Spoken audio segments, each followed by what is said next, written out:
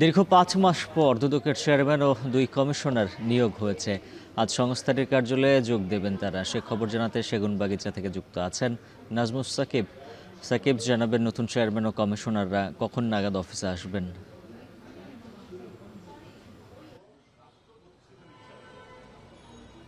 উজ্জ্বল, নতুন যিনি চেয়ারম্যান হয়েছেন এ কে এম আসাদুজ্জামান এবং বাকি দুজন যেই কমিশনার, মোট ৩ জন, তারা কিন্তু ঠিক কিছুক্ষণ আগে সচিবালয়ে প্রবেশ করেছেন এবং সচিবালয়ের যেই দাপ্তরিক কাজ রয়েছে সেগুলো আসলে তারা করছেন বলে আমরা যতটুকু জানতে পেরেছি। এবং ঠিক যেহেতু প্রায় ২টা আসলে বেজে গিয়েছে, ২টা ২৭ বাজে, সব মিলে আশা করা যাচ্ছে হয়তো বিকেলের মধ্যেই তারা এখানে যোগদান করবেন এবং এখানে যোগদানের পর হয়তো আগামীকাল থেকে তাদের যে কার্যক্রম সেগুলো আসলে শুরু করবেন।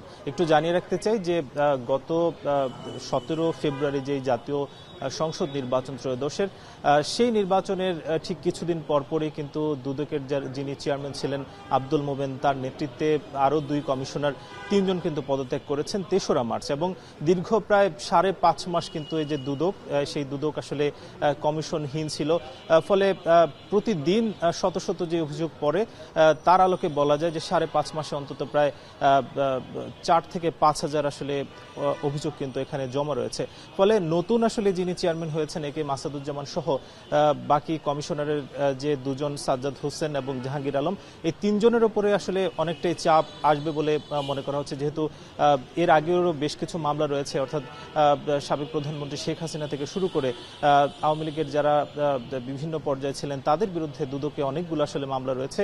এর বাইরেও আসলে যেহেতু প্রায় ৪ থেকে ৫ হাজার অভিযোগ জমা পড়ে রয়েছে, এগুলোর আসলে একটা চ্যালেঞ্জ বলেই আসলে ধারণা করা হচ্ছে।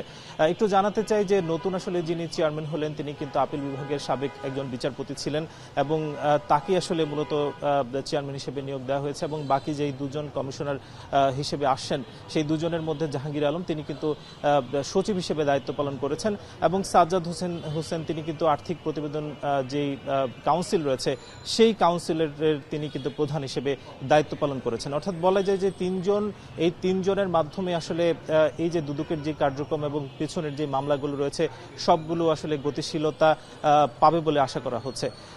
এখন হয়তো জানা যাবে যে বিকেল নাগাদ তারা আসলে এই দুদকের কার্যালয়ে যুক্ত হচ্ছেন কিনা এবং তাদের যে আসলে আগামী দিনের কার্যক্রম সেটা নিয়ে আমরা হয়তো সাংবাদিকরা ধরবো, পরবর্তীতে আমরা জানিয়ে দিতে পারবো। এই ছিল দুদক কার্যালয় থেকে সবশেষ। উজ্জ্বল। সেগুনবাগিচা থেকে নাজমুস সাকিব জানাচ্ছিলেন বিস্তারিত।